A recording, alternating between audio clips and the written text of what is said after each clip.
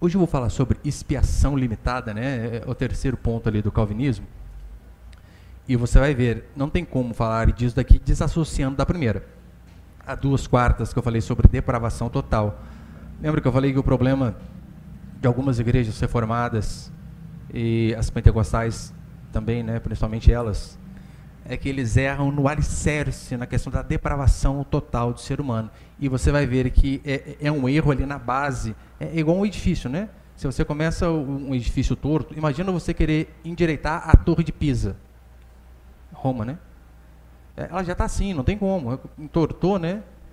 Então o edifício ele precisa começar de forma correta para que ele possa terminar de forma correta também. E é um erro gravíssimo errar neste primeiro ponto. Então, esse terceiro aqui é apenas continuação. Põe ali, por favor, então. Levítico capítulo 23, versículo 26, assim. O Senhor disse a Moisés: o 10º dia do 7º mês será o dia da expiação. Tereis Assembleia Santa, então vos humilhareis e apresentareis uma oferta queimada ao Senhor. Neste dia não fareis trabalho algum, porque é o dia da expiação, o dia de fazer expiação por vós diante do Senhor, vosso Deus. Todo aquele que não se humilhar nesse dia será eliminado do seu povo. Olha para cá. O que era a expiação no Antigo Testamento? Lembra? Havia o templo e ali havia a Arca da Aliança e eram feitos sacrifícios diários ali, pelo menos 2. Só que, além desses sacrifícios diários, que eram cordeiros imolados, bezerros imolados mesmo, havia um dia que era conhecido como o dia do Yom Kippur, o dia do perdão nacional. Um dia no ano onde toda a congregação se reunia, se humilhava, chorava, pedia perdão dos seus pecados, e então o sacerdote entrava no templo, oferecia sacrifício por ele, porque o sacerdote também tem pecado, também erra. Ele oferecia pecado por ele e pela nação. Colocava a mão em cima do cordeirinho e de forma simbólica, os pecados da nação eram transferidos para aquele animal que era imolado, que era sacrificado. E isso era expiação, né? Expiação. E não tem como você olhar o que Jesus fez no Novo Testamento em relação à expiação dos pecados de todos aqueles que ele chamou e não ter o coração aquecido por essa verdade. Eu, pelo menos, eu perdi a conta tantas vezes que eu já li, que eu já estudei, que eu já ouvi sobre este assunto. E toda vez que eu ouço, aquele sentimento de gratidão, de graças ao Senhor, e de realmente dizer: Deus, tu és maravilhoso, não há nada melhor do que o Senhor. Porque são coisas que realmente nos enchem de esperança, nos enchem de gratidão, esse tipo de assunto. E, como eu disse, essa era a expiação no Antigo Testamento. Só que, com a vinda de Jesus Cristo, não se vê mais cordeiro sendo morto. Não existe mais isto, porque quando ele sai do Jordão, João Batista olha para ele e diz: eis o Cordeiro de Deus que tira o pecado do mundo. Então, por conta da morte do nosso Senhor Jesus Cristo, ele foi o Cordeiro perfeito. Tudo isso aqui que acontecia antes era apenas símbolo daquilo que viria um dia. Lembra que o cordeirinho tinha que ser o primogênito, não podia ter defeito, tinha uma série de regras ali. Aquilo era apenas um símbolo do que Jesus faria. Então, quando vem o Cordeiro de Deus, o primeiro, sem pecado, sem falha, sem mancha, sem ruga, sem nada, Jesus Cristo, então, ele faz o sacrifício como sacerdote, só que a oferta é ele mesmo. Então, por conta disso, a partir de Jesus Cristo, não há mais sacrifícios sendo feitos. Você talvez já deve ter ouvido o termo expiação universal ou expiação ilimitada, que é o que muitos dos nossos irmãos arminianos acreditam, de que Deus, de fato, ele ama todos e todos podem ser salvos, desde que esses escolham a Deus. Tem a sua parte nisso daí. E nas últimas pregações eu deixei bem claro que é impossível para o ser humano escolher a Deus. Por quê? Primeiro, porque ele foi depravado de forma total por conta do pecado de Adão. A partir do momento que Adão peca e o pecado entra no mundo, todo ser humano é corrompido. Não apenas partes do ser humano, todo ele. Mente, emoção, ideias, tudo. Motivações, o ser humano ele é de todo corrompido. Então, O homem, por conta do pecado, se tornou um depravado, alguém que tem ojeriza a Deus. E por conta disso, ele não busca o Senhor. Por este motivo, que Deus teve que nos escolher de forma incondicional. Foi o que eu preguei na semana passada. Porque se tivesse alguma condição para colocar para mim e para você, para que nós pudéssemos cumprir, para que Deus nos aceitasse, nenhum de nós aqui teria conseguido. Nenhum. Eu citei até Charles Spurgeon, que ele diz assim: eu sou forçado a acreditar na doutrina da predestinação, da eleição, de que Deus me escolheu antes do nascimento. Por quê? Porque se o Senhor tivesse esperado eu nascer, não haveria nenhum motivo para que Ele pudesse me escolher. E é a mesma verdade em relação a mim e a você. Se Deus esperasse nós fazermos algo para que pudéssemos ser dignos de escolha, para Ele nos escolher, nenhum de nós aqui seria escolhido. Nós acreditamos na expiação limitada. Em que sentido? Que Cristo morreu para salvar de forma eficaz os seus eleitos, aqueles que Ele mesmo escolheu. Se os arminianos acreditam que Deus morreu por todos, e essa morte se torna eficaz apenas se a pessoa crer, os calvinistas acreditam que Deus morreu por os seus escolhidos e a sua morte é eficaz porque a escolha foi dele, não partiu de nós. Por isso não tem como ele errar. João capítulo 10, põe ali por favor, Miguel. João 10, versículo 15 vai dizer assim: assim como o Pai me conhece, eu conheço o Pai e dou a minha vida pelas ovelhas. Tenho ainda outras ovelhas que não são deste aprisco. É necessário que eu também as conduza. Elas ouvirão a minha voz e haverá um rebanho e um pastor. Quem que vai ouvir a voz do Senhor? As ovelhas dele. Você vê Jesus intercedendo pelos seus escolhidos? João capítulo 17, versículo 9, ele vai dizer assim: porque lhes transmiti as palavras que tu me deste, e eles acolheram e verdadeiramente reconheceram que vim de ti e creram que tu me enviaste. Eu rogo por eles, não rogo pelo mundo, mas por aqueles que me deste, pois são teus. Por quais ele roga? Por aqueles que o Pai deu. Marcos 10, põe por favor, Miguel. Marcos 10, pois o próprio Filho do Homem não veio para ser servido, mas para servir e dar a vida em resgate de muitos. Repare, dar a vida em resgate de muitos, não diz de todos. Muitos. Muitos e todos é diferente. Por quem Cristo Jesus morreu? É necessário você não ler apenas alguns versículos isolados, mas você olhar todo o contexto da Escritura. Se você pega Efésios capítulo 5, por exemplo, Paulo ali está explicando como eu e você somos cheios do Espírito Santo. Ele diz: mulheres, sejam submissas ao seu marido como ao Senhor. Filhos, sejam submissos aos seus pais, honrando, obedecendo. E diz: marido, amai vossas esposas. E olha a comparação que ele faz. Amai a vossas esposas assim como Cristo amou a igreja e se entregou por ela. Por quem Cristo se entregou? Pela igreja. Pelos seus, por aquele que ele escolheu. 1 João vai dizer assim: ele é a propiciação pelos nossos pecados, e não somente pelos nossos, mas também pelos pecados de todo mundo. Aí o que acontece? Alguns veem essa passagem, né? Olha, tá vendo? Os pecados de todo mundo. E eles pensam que é todo mundo no geral. Às vezes é só uma figura de linguagem. É mais ou menos como nós dizemos assim. João também 3,16, né? Deus amou o mundo de tal maneira, e eles usam isso para querer refutar que Deus escolheu os seus. Está vendo? Deus amou a todo mundo. Nós não usamos essa figura de linguagem em que sentido? Olha, pastor, nós vamos fazer a comunhão? Vamos. Quem que vai? Vai todo mundo. É todo mundo que vai?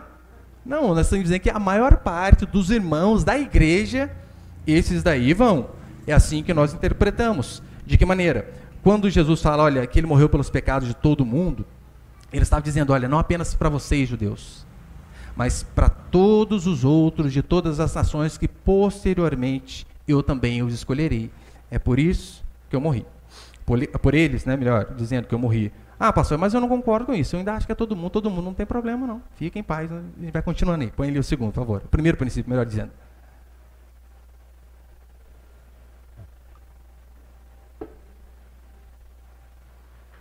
O primeiro princípio é o seguinte: a morte de Jesus não garantiu a salvação de ninguém. Não é assim que a gente acredita, pelo amor de Deus. Assim que os arminianos acreditam. A morte de Jesus não garantiu a salvação de ninguém. Como assim? Nós não podemos ser desonestos. com a interpretação arminiana. Tanto é que eu coloquei a citação ali, nas obras de Armínio, volume 2, ele vai dizer assim: concernente à graça e livre-arbítrio, isto é, que o ensino conforme as Escrituras e o consentimento ortodoxo, o livre-arbítrio é incapaz de iniciar ou aperfeiçoar alguma bondade verdadeira e espiritual sem a graça, e por aí ele continua. O livre-arbítrio, né, a escolha própria, é incapaz de iniciar, de dar o início, ou aperfeiçoar alguma bondade verdadeira e espiritual sem a graça de Deus. O que eles estão dizendo aqui é o seguinte: nós acreditamos que é Deus quem escolhe para ser salvo. Só que Deus, ele começa o processo de escolha. É necessário que esse processo termine. E para que esse processo termine, aí sim entra a ação do homem. Eu sei também que vai ter uma diferença, né? Tem o arminiano, os clássicos, e tem os outros que não são assim, que acreditam um pouco diferente. Mas, via de regra, o que eles estão dizendo é o seguinte: é Deus quem escolhe. E se fosse fazer uma analogia, seria mais ou menos assim: imagina uma corrida de atletismo, Olimpíadas, tá lá, revezamento 4%. Deus é quem dá o início. Só que como você pode perder a sua salvação no meio do caminho, Deus já fez a parte dele. Você precisa fazer a sua. Então é como se Deus, ele desse o start e saísse correndo, e você ficasse ali, esperando o Senhor vir com um bastãozinho chamado salvação e passar para você. Então Deus que deu o início, começou, passou o bastão, você pegou, agora está com você. Você precisa levar até o final. E você pode perder no meio do caminho, você pode perder a corrida, você pode tropeçar, você pode parar para conversar e perder o bastão. Ou seja, pode perder a salvação. Nós que seguimos o calvinismo acreditamos de forma diferente. Nós acreditamos que Deus, ele começa a mesma corrida. Então dá o start, o Senhor sai correndo com o bastão e ele chega para nos passar. Só que quando ele nos encontra, ele encontra homens mortos, incapazes de responder a qualquer estímulo. Então o que ele precisa fazer? Ele precisa nos pegar, colocar em seus ombros, segurar o bastão e terminar a corrida com a gente até o final, porque nós não daríamos conta. Esta é a diferença básica. Se para eles todos podem ser salvos, desde que creiam, nós acreditamos piamente que, devido à depravação do homem, nenhum homem por si só é capaz de escolher a Deus. É por esse motivo que a expiação, eles dizem, expiação ilimitada, ou seja, não tem limite. Na verdade, a expiação ilimitada dos arminianos, ela é limitada pela escolha do homem. Porque depende do homem fazer as suas escolhas, usar o seu livre-arbítrio ou não. Nós concordamos com eles em uma parte, qual? Nós acreditamos que sim, qualquer que acreditar, este sim pode ser salvo. A diferença é que nós cremos que apenas Deus, do alto e sublime céu, pode intervir no coração do ser humano e gerar fé nele, porque nós em nós mesmos não temos essa condição.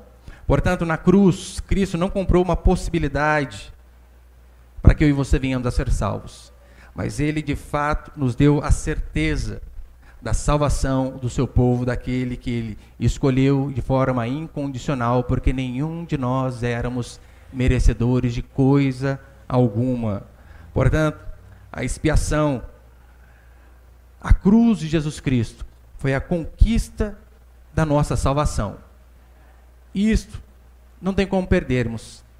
Por quê? Porque não foi conquistada por nós, e não somos nós que a mantemos. Eu sei que quando eu falo isso aqui, normalmente as pessoas sempre dizem, né? Eu escrevi um artigo essa semana e é impressionante. Eu deixei explícito e mesmo assim as pessoas vão lá e dizem o seguinte: ah, mas se é Deus que faz, e é Deus que mantém a salvação, e nós não precisamos fazer nada, e a salvação não se perde, ora, então não tem problema nenhum dar uma escorregadinha aqui, uma ali, levar uma vida louca, colar, por quê? Ora, se eu sou escolhido, acabou. Não perco a salvação.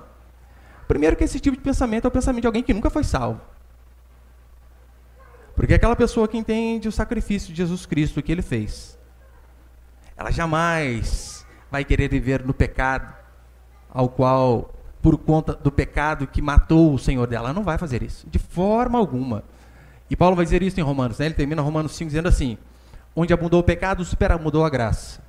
Que diremos, pois? Permaneceremos no pecado para que a graça seja mais abundante? Qual que é o entendimento das pessoas? Calma aí. Se onde abundou o pecado, superabundou a graça, então quanto mais a gente pecar, mais graça a gente vai receber. Paulo diz, de modo nenhum. E ele começa o capítulo 6 dizendo, como viveremos no pecado, nós, os que para ele morremos? Não há essa possibilidade. E segundo, põe ele, por favor, segundo princípio para encerrar.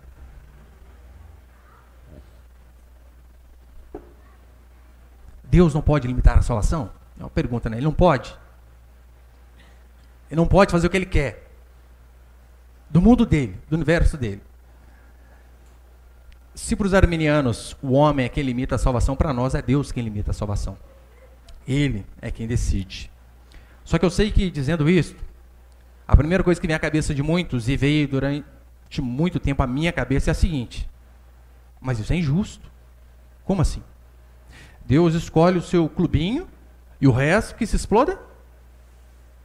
Injustiça. Totalmente injusto. Não é. Não é. Não só é injustiça, como você vai ver que é favor, é graça, favor imerecido.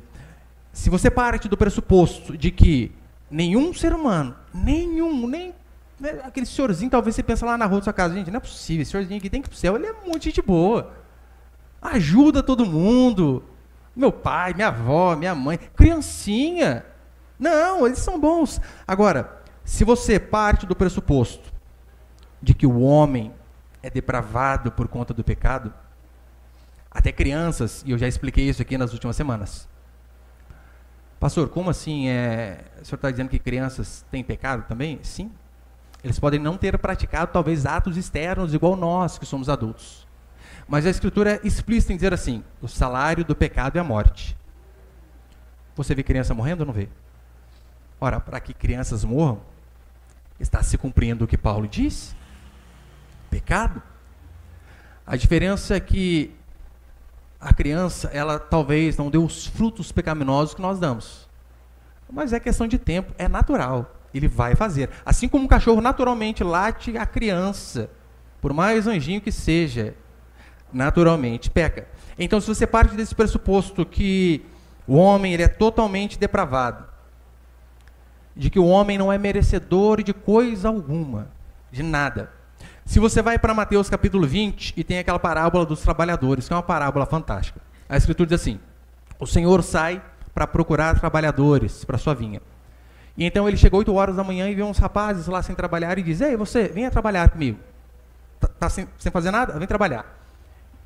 E ele diz assim, olha, eu vou te pagar R$100 por dia. É só para você entender, né? Não é esse valor, só para você entender, R$100. Daí o cara, tá bom, vou, tô parado.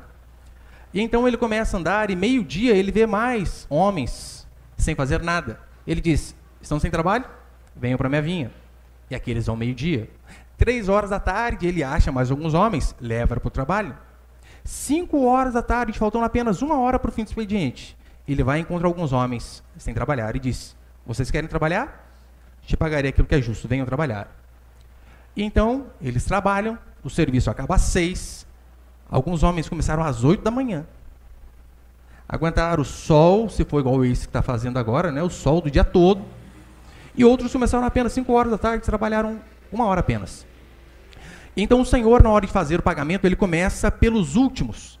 Então ele chama aquele que trabalhou apenas 1 hora. E sabe quanto que ele dá para ele? R$100. A hora que ele recebe R$100, ele fica eufórico. R$100, 1 hora de trabalho. E da mesma forma que ele fica eufórico, aquele que começou a trabalhar às 8, o sorriso dele vem até aqui. Mas calma aí, se o cara que trabalhou 1 hora ganhou 100, você imagina eu que estou desde as 8. Então na hora que chega a sua hora de receber, o dono vai dar a ele R$100. Ele fica furioso, ele fica bravo, fica indignado. E começa a questionar o senhor daquela vinha. Isso é injustiça? Eu suportei a fadiga, o sol do dia inteiro. E você me iguala a esse que trabalhou apenas 1 hora, que quando começou o serviço já nem sol tinha. E começam as reclamações. E o senhor da vinha diz assim, eu estou sendo injusto a você?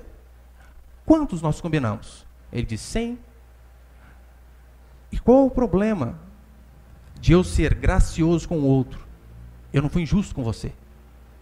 E não foi? Se ele quis ter graça de outro, ele que sabe, a vinha é dele. Mas ele não foi injusto. E ali é apenas uma parábola, né, em relação ao nosso Deus, em relação a nós. Porque você pode ver, Deus não é socialista, ele não dá igual para todo mundo. Não dá. Eu lembro que quando acho que a quarta filha da minha irmã nasceu, não lembro? Quarta, terceira. Se eu não me engano, ela nasceu no mesmo dia que nasceu o filho do príncipe William, lá da Inglaterra. Mesmo dia. Diferença nenhuma, né? Nenhuma. Minha irmã mora quase na favela. Condomínio do governo, polícia calado, bar com gente bêbada na frente. E a filha do príncipe, né? Gente, é outra história. A gente não recebe as coisas iguais. Inteligência, a gente não recebe a mesma. Beleza. Não somos. Eu sei que hoje em dia, né, os pastores aí tentam dar uma animada em você, né? Começa a pregação. Fala, meus lindos! Tá enganando você sabe, né? A maioria da gente é feio. Mas Deus não é socialista de dar a mesma coisa para todo mundo. Ele é Deus, ele faz o que ele quiser, a vinha é dele. Mas ele não é injusto. Aquilo que ele combina é aquilo que ele faz. Esse senhor chega diante deste homem que está reclamando e diz assim: por que está reclamando? Por que você está reclamando? Sabe por quê? Porque eu sou bom e você é mau, por isso que você está aí murmurando. O que ele está dizendo, na verdade, para mim e para você é o seguinte: todos que forem um dia condenados ao inferno serão de forma justa. No inferno, as pessoas terão que levantar as mãos para o céu e dizer: só o Senhor é Deus. Por isso que aquela passagem onde diz que diante do Senhor todo joelho se dobrará, ela vai acontecer. Quer você queira ou quer você não queira. Diante do Senhor um dia todo joelho vai se dobrar.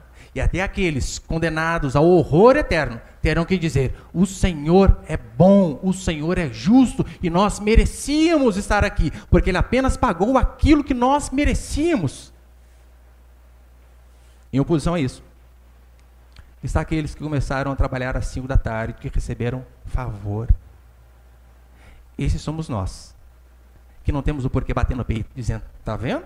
Olha o tanto que eu trabalhei. Não trabalhei nada. Recebemos apenas algo vindo do Senhor. Romanos 4:4, Paulo vai dizer assim: ora, ao que trabalha o salário não é considerado como favor, e sim como dívida. Contudo, ao que não trabalha, porém crê naquele que justifica o ímpio, a sua fé lhe é atribuída como justiça. Ou seja, se você faz por merecer a salvação e Deus te dá, não é favor. Ele está apenas te pagando de acordo com o seu serviço.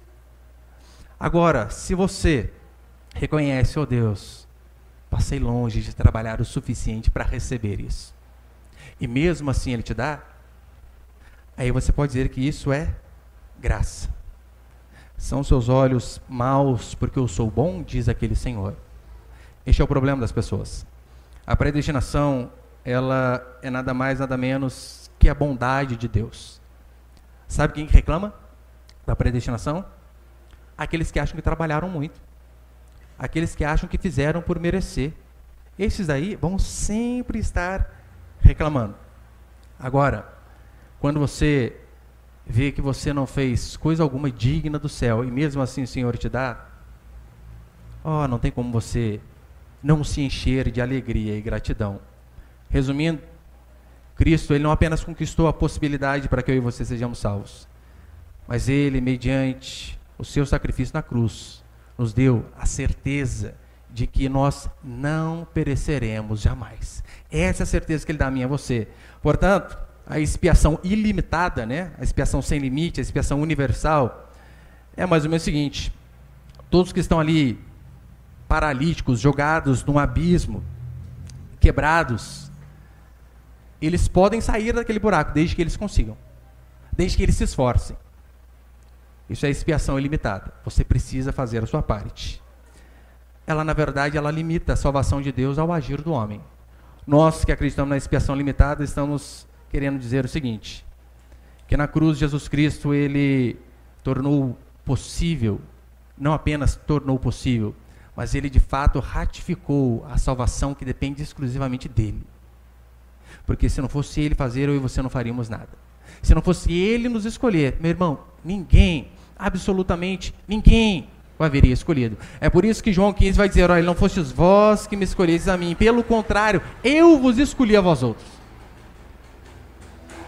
Quem escolheu? Ele escolheu a mim e a você. Então a expiação limitada, ela é limitada aos eleitos que foram escolhidos de forma incondicional, porque eles eram depravados e jamais escolheriam a Deus por sua própria natureza. Amém, meus irmãos?